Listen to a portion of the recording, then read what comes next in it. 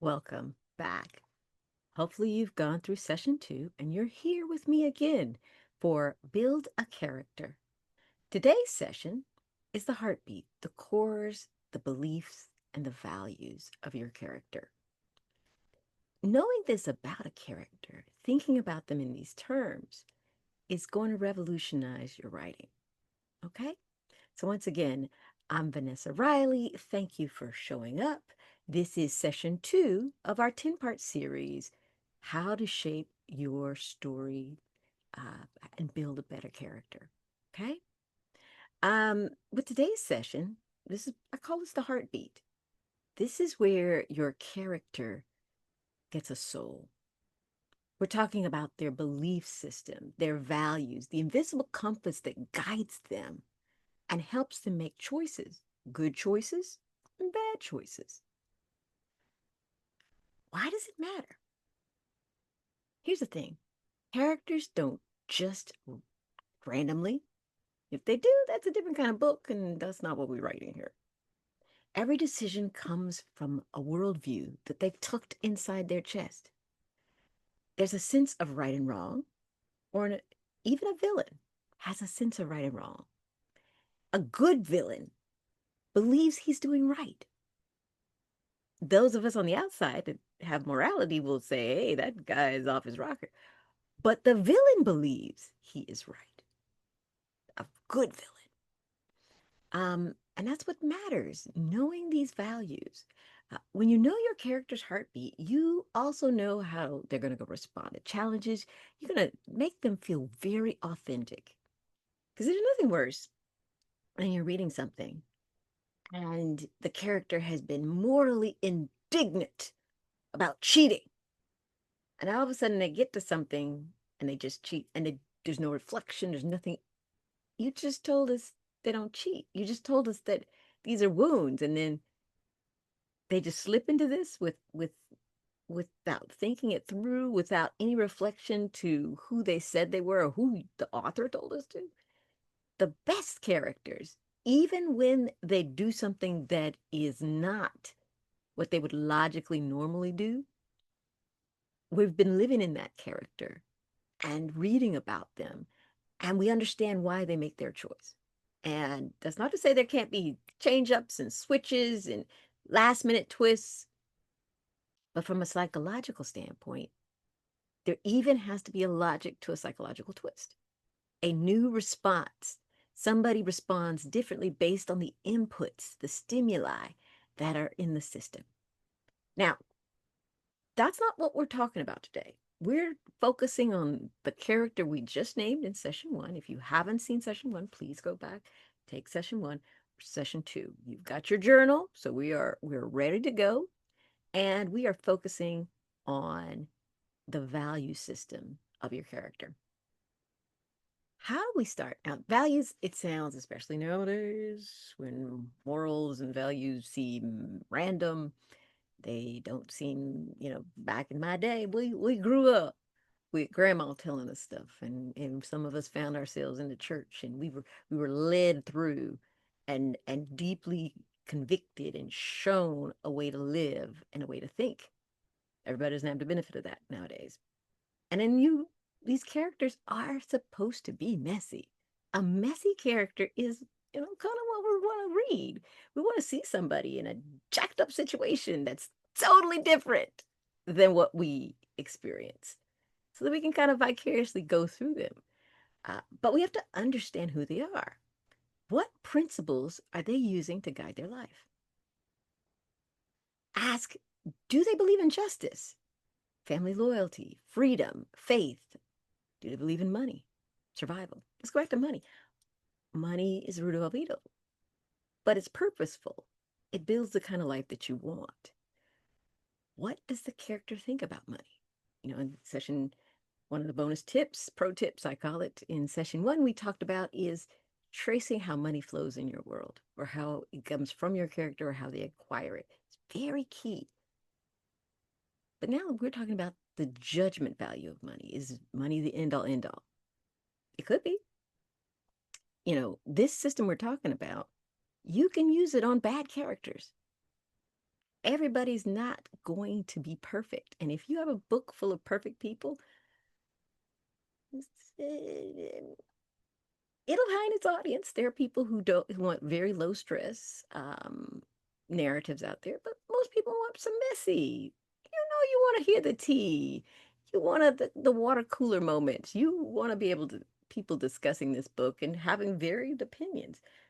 If you give enough subtext with the value systems, the things that these characters believe, you will find people choosing opposite sides of what somebody may do.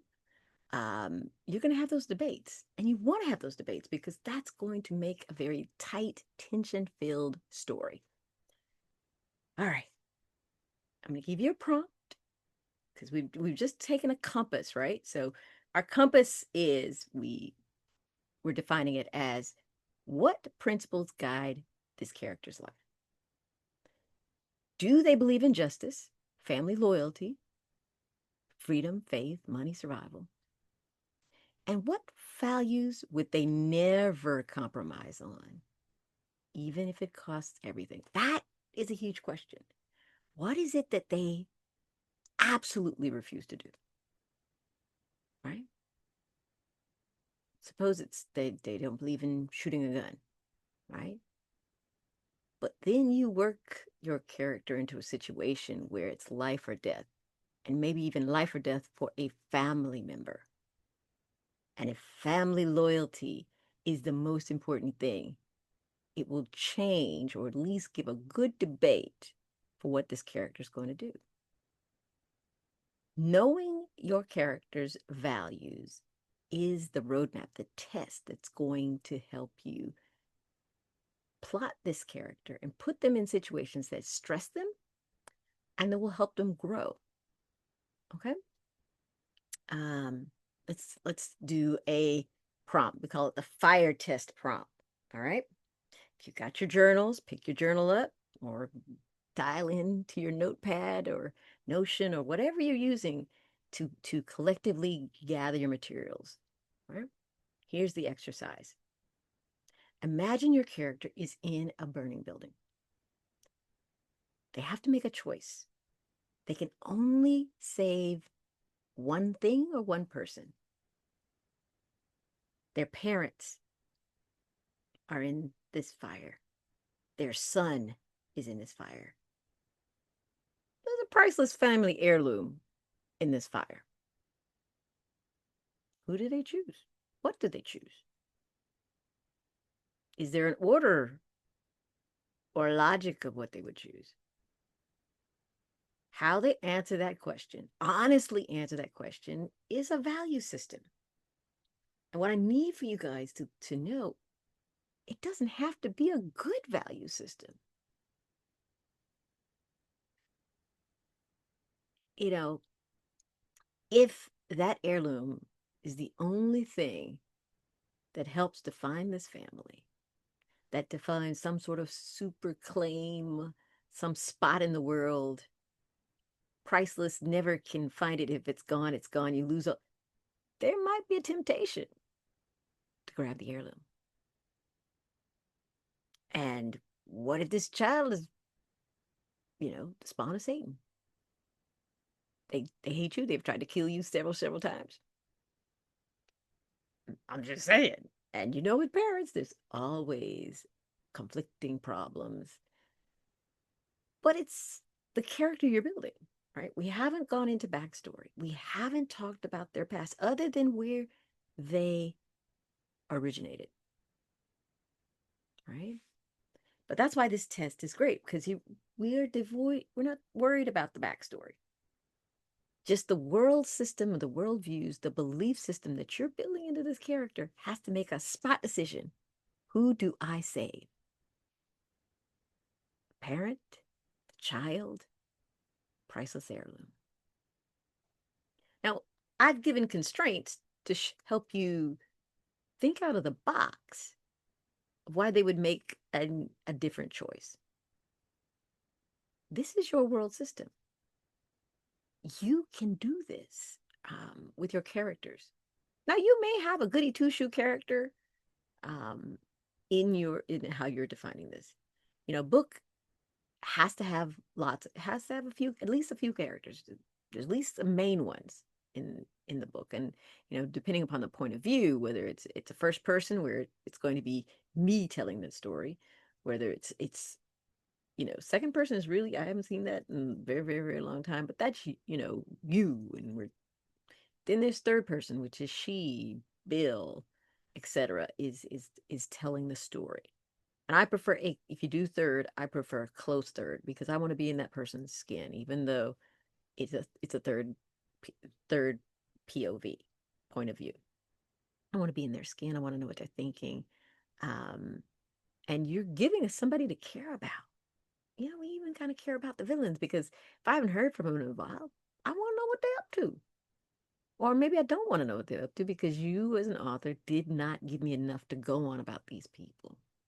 So part of this is helping us think about who is on the page. I do this exercise with all the major characters and then sometimes some of the minor ones because you want to know, what are they thinking? It helps to put characters in natural tension, especially if you have people with differing beliefs, you know? So, lastly, I want you to explore gray. Don't be afraid if people have contradicting value systems, especially if they contradict with you. Some people want to say that characters are just a little piece of them. I'm saying no, maybe they're not. Maybe this is just somebody you are creating. And morally gray is interesting, right? Maybe they saved the child, but they regret like heck the heirloom. Maybe they saved the parent and then regret like heck not saving the child. The conflicting of emotions is where you get very powerful storytelling. So, in this session, the heartbeat, the value systems, you know, we've walked through the things you want to ask for each of your characters.